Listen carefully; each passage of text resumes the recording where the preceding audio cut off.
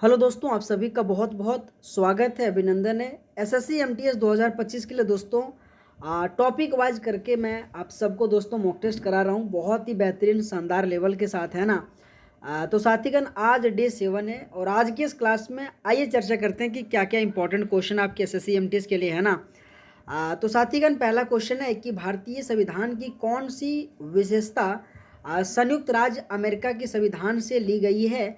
आपके एग्ज़ाम में दोस्तों हमेशा आपके जितने भी संविधान के स्रोत हैं ना, उनसे क्वेश्चन पूछा जाता है ना।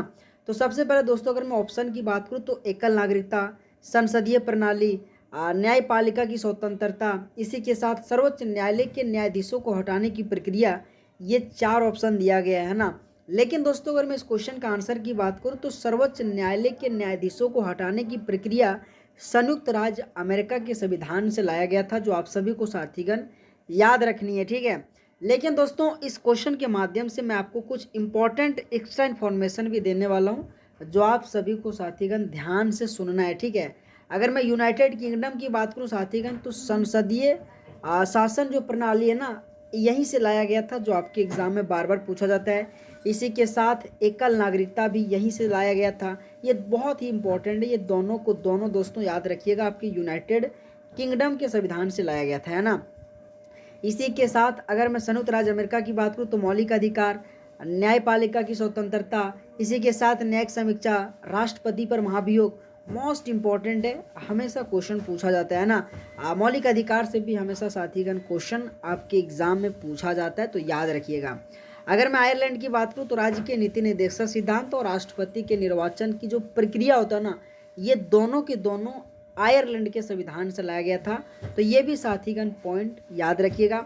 अगर मैं ऑस्ट्रेलिया की बात करूँ तो समवर्ती सूची और संसद के दोनों सदनों की जो संयुक्त बैठक है ना, हमारे संविधान के दोस्तों आर्टिकल 108 में संसद के दोनों सदनों के बारे में कहा गया, जो आप सभी को दोस्तों याद रखनी है। अगर मैं जर्मनी की बात करूँ मेरे दोस्त, तो आपातकाल के दौरान मौलिक अधिकार का जो निलंबन होता है ना, आर्टिकल 20 और 21 में हमारे संविधान में जो कहा गया ना, ये बेसिकली जर्मनी के संविधान से लाया गया था, आप सभी को याद रखनी है। इसी के साथ अगर मैं सोवियत संघ यूएस रूस की बात करूं, तो यहाँ से दोस्त आपके मौलिक कर्तव्य बहुत ही ज़्यादा इंपॉर्टेंट है।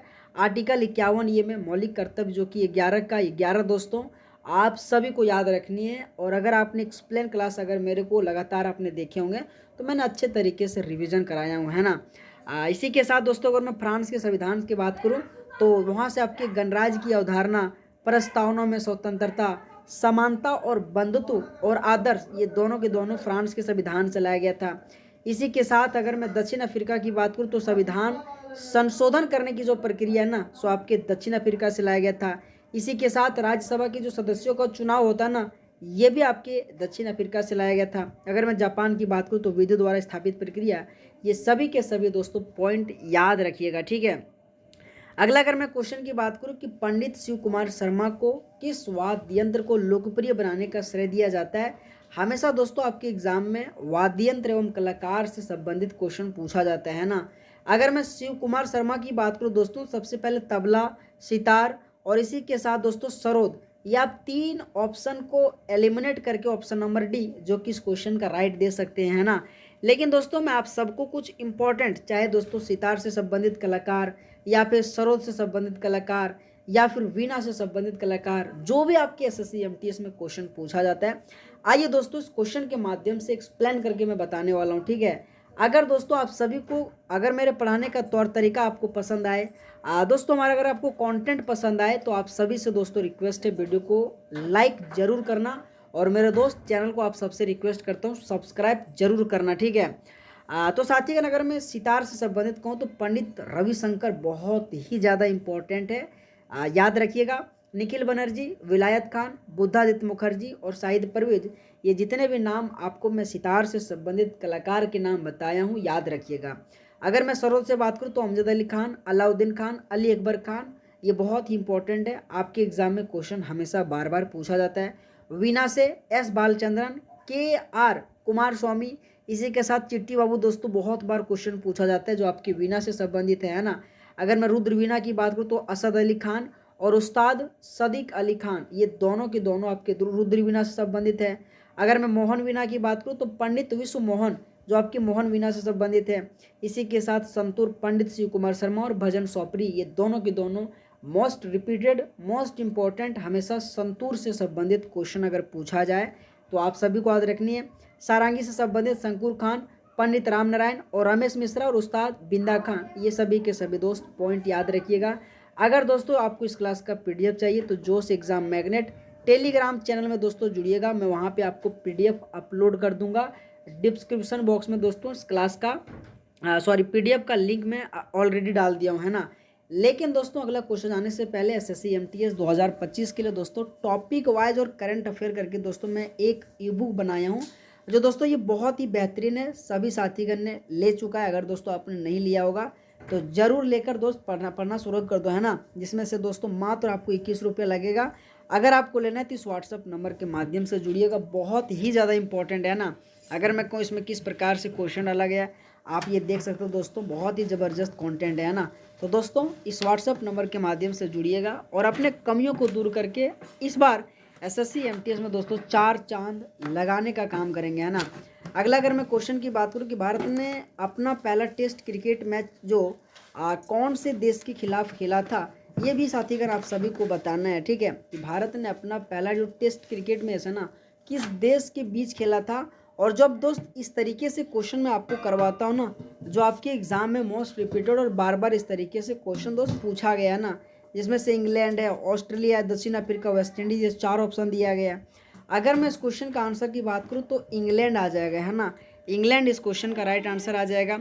लेकिन दोस्तों अगर मैं कहूँ तो ये देश का जो पहला टेस्ट मैच है ना कब खेला गया था, तो 1933 में भारत और इंग्लैंड के बीच खेला गया था। बहुत बार दोस्त पूछा जाता है कि भारत के जो कप्तानी पहला टेस्ट जो मैच हुआ था ना कौन किया था, तो सीके नायडू, आप सभी को याद रखनी है। लेकिन आप सबको इंग्लैंड की भी कप्तानी दोस्तों याद रखनी है, ठीक है। बॉडी लाइन आ गया था, ठीक है। अच्छा ये दोस्तों कहाँ हुआ था, तो जॉर्डियन द्वारा किया गया था। तो ये सभी के सभी आप पॉइंट दोस्तों याद रखिएगा, आपके एग्जाम के लिए बहुत ही ज़्यादा इंपॉर्टेंट है ना।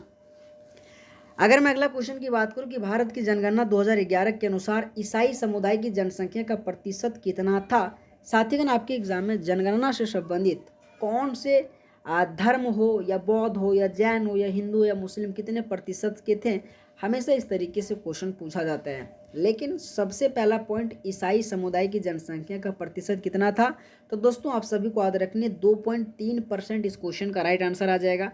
लेकिन दोस्तों मैं आप सबको कुछ इस क्वेश्चन के माध्यम से जो कि और भी अगर मान लो अगर मैं हिंदू धर्म से आपके एग्जाम में पूछा जाए तो 79.8%, मुस्लिम पूछे 14.2%, अगर मैं ईसाई धर्म की बात करूँ तो 2.3%, सिख धर्म की बात करूँ तो 1.7%, बौद्ध धर्म की बात करूँ 0.7% और जैन धर्म की बात करूँ तो 0.4%। तो ये भी दोस्तों आप सभी को इम्पॉर्टेंट पॉइंट याद रखिएगा, बहुत ही ज़्यादा इंपॉर्टेंट है। लेकिन मैं पुनः कह रहा हूँ अगर दोस्तों आप सभी को क्लास अच्छा लगे तो आप सभी से दोस्तों केवल इतना से मांगता हूँ लाइक और चैनल को दोस्त सब्सक्राइब करके जरूर जरूर जरूर जाना, ठीक है। अगला अगर मैं क्वेश्चन की बात करूँ साथीगण की झरोखा दर्शन की शुरुआत किस मुगल शासक ने की थी, जिसमें से बाबर, हुमायूं, अकबर, शाहजहां, ये 4 ऑप्शन है, ठीक है। अगर दोस्तों मैं कहूँ कि झरोखा जो दर्शन है उनका शुरुआत कौन किया था, तो अकबर इस क्वेश्चन का दोस्त राइट आंसर आ जाएगा, जो आप सभी को साथीगण याद रखनी बहुत ही ज़्यादा इंपॉर्टेंट है। लेकिन दोस्तों अकबर से संबंधित आपको फतेहपुर सीकरी के साथ साथ आगरे की किला, ये 2 और निर्माण याद रखनी जो बार बार हमेशा क्वेश्चन पूछा जाता है। इसी के साथ अगर मैं शेर शाहजहां की बात करूँ साथीगण, तो शाहजहां ने ताजमहल जो अपनी पत्नी मुमताज महल की याद में दोस्तों बनाया था। इसी के साथ दिल्ली के लाल किला, जामा मस्जिद और आगरा किला, ये सभी के सभी शाहजहां से संबंधित भी अगर आपके एग्जाम में पूछा जाए तो याद रखिएगा, है ना। अगला अगर मैं क्वेश्चन की बात करूं दोस्तों कि असघटित या फिर अपघटित क्या ऑप्शन में था, मतलब थोड़ा बहुत अगर कॉपी करने में मिस्टेक हो तो मुझे माफ़ करना, ठीक है। यहाँ पे असघटित मृदा की परत जो सेल पर जमी होती है उसे क्या कहते हैं। साथीगण क्वेश्चन नंबर 6 का क्या आंसर आ जाएगा, मैं आप सभी से रिक्वेस्ट करता हूँ आंसर दो फटाफट।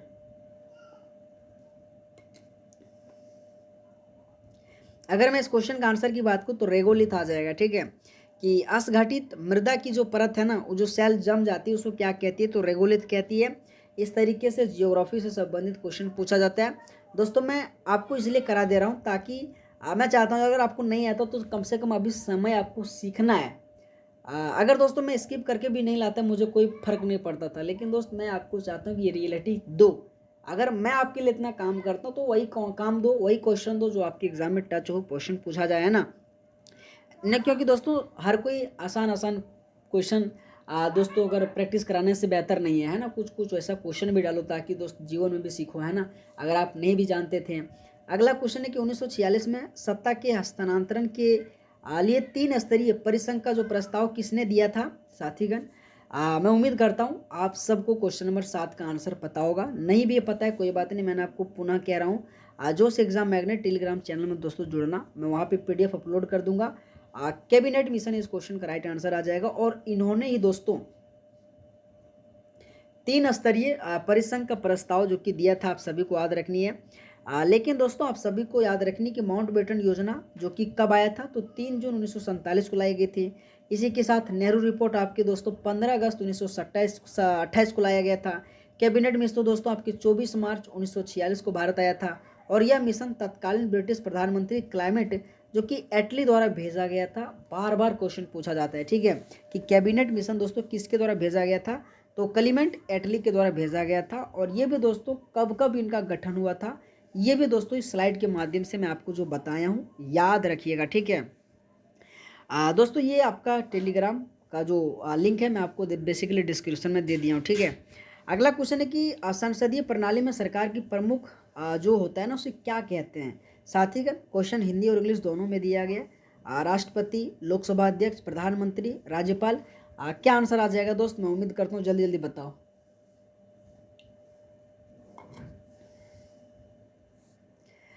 दोस्तों क्वेश्चन नंबर 8 का अगर मैं आंसर की बात करूँ तो प्रधानमंत्री आ जाएगा, ठीक है। कि संसदीय प्रणाली में सरकार के जो प्रमुख अंग होता है उसे प्रधानमंत्री कहा जाता है, जो आप सभी को याद रखनी है। अगला अगर मैं क्वेश्चन की बात करूँ कि किसी तत्व की आयनीकरण ऊर्जा किस गुण पर निर्भर करती है साथीगण? बताओ। क्वेश्चन नंबर 9 का क्या आंसर आ जाएगा, ठीक है। कि किसी तत्व की जो आयनीकरण होता है ना ऊर्जा जो किस गुण पर निर्भर करती है, तो आणविक भार, परमाणु संख्या, इलेक्ट्रॉन विन्यास, बंद ऊर्जा, ये 4 ऑप्शन दिया गया है ना। और अगर मैं क्वेश्चन नंबर 9 की बात करूँ साथीगण तो परमाणु संख्या आ जाएगा, ठीक है। परमाणु संख्या इस क्वेश्चन का राइट आंसर आ जाएगा, जो दोस्तों आयनीकरण ऊर्जा पे दोस्तों ये डिपेंड होती है और हमेशा इस तरीके से क्वेश्चन पूछा जाता है। अगला क्वेश्चन है दोस्तों कि मैकाले के संदर्भ में कौन सा कथन असत्य है? दोस्तों एक बात बताऊं, मेरा भी जो इतना हेल्थ इशू है ना यार, डॉक्टर ने बोला कि ज़्यादा बोलने को नहीं यार, क्योंकि यार चेस्ट के नीचे पेन बहुत ज़्यादा होता है ना कहीं दोस्त पढ़ाने का एक भी ज़रा मन नहीं करता है। लेकिन आप सबके लिए काम किया जा रहा है, बशर्ते आप सबके एग्ज़ाम के लिए, है ना। तो दोस्तों जिस तरीके से मैं अपने कष्ट में होते हुए पढ़ा रहा हूँ ना, बस आपको भी वैसे ही पढ़ना है और क्लास को छोड़ना नहीं, रेगुलर अटेंड करो दोस्तों। मैं जो भी कंटेंट दे रहा हूँ रिवीजन करो, बहुत बेस्ट तरीके से मैं आपको पढ़ा रहा हूँ, ठीक है। तो क्वेश्चन नंबर अगर 10 की बात करूँ तो वो एक प्रायोगिक जो कि वैज्ञानिक के रूप में जाने जाते हैं। साथीगण आप सभी को याद रखनी है। अगला क्वेश्चन है कि IABA ओपन बॉक्सिंग में एक राउंड की अवधि कितनी होती है साथीगण? ये क्वेश्चन हमेशा पूछा जाता है आपके एग्जाम में, आपके SSC MTS, आपके CGL, आपके CHSL, दोस्तों इस तरीके से हमेशा क्वेश्चन पूछा जाता है ना। तो दोस्तों अगर मैं इस क्वेश्चन का आंसर की बात करूँ क्वेश्चन नंबर 11 का ना, तो 3 मिनट आ जाएगा, ठीक है। 3 मिनट इस क्वेश्चन का राइट आंसर आ जाएगा, जो साथीगण आप सभी को याद रखनी है। अगला क्वेश्चन है कि भारत में सबसे अधिक वर्षा कहाँ पे होती है? जिसमें से दोस्तों चेरापूंजी, मौसिनराम, कोहिमा, शिलोंग, ये 4 ऑप्शन दिया गया है। लेकिन अगर मैं इस क्वेश्चन का आंसर की बात करूँ तो मौसिनराम आ जाएगा, ठीक है। कि भारत में सबसे अधिक वर्षा कहाँ पे होती है, तो मौसिनराम इस क्वेश्चन का राइट आंसर आ जाएगा। अगला क्वेश्चन है कि मनरेगा अधिनियम भारत सरकार द्वारा किस वर्ष पारित किया गया था? जिसमें से 2004, 2005, 2006, 2007, ये 4 ऑप्शन दिया गया है ना। और दोस्तों ये बहुत ही इजी क्वेश्चन है, 2005 आ जाएगा ना, कि मनरेगा अधिनियम भारत सरकार द्वारा कब पारित किया गया था, तो 2005 इस क्वेश्चन का दोस्त राइट आंसर आ जाएगा। हमेशा दोस्त मनरेगा से संबंधित इनका फुल फॉर्म भी पूछा जाता है, जो महात्मा गांधी राष्ट्रीय ग्रामीण रोजगार गारंटी अधिनियम के रूप में जाना जाता है। तो ये भी पॉइंट याद रखिएगा, ठीक है। अगला क्वेश्चन है कि पाखू ईट नृत्य किस राज्य की आबतानी जनजाति से संबंधित है? दोस्तों बहुत ऐसा क्वेश्चन भी जिसका एक्सप्लेन नहीं कराता हूँ, इसका रीज़न बस ये दोस्तों कि अगर आपने प्रीवियस क्लास अगर देखे होंगे ना, तो मैंने अच्छे तरीके से उन सभी क्वेश्चनों को अच्छे तरीके से एक्सप्लेन कराया हूँ, है ना। तो बार बार दोस्त मैं चाहता हूँ वही क्वेश्चन के एक्सप्लेन कराने से बेहतर है कुछ नया सिखाया जाए आप सबको, है ना।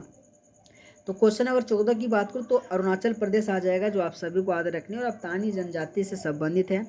लेकिन दोस्तों आपके एग्जाम में अरुणाचल प्रदेश से हमेशा लोक नृत्य जैसे कि आजी लामू, बोर्डो छम, पोपीर, बुइया, इसी के साथ दोस्तों मयूर नृत्य हमेशा क्वेश्चन पूछा जाता है। तो अरुणाचल प्रदेश से संबंधित याद रखनी है ना। अगला क्वेश्चन दोस्तों अगर मैं बात करूँ कि अल्पासी महोत्सव हर साल किस राज्य में मनाया जाता है।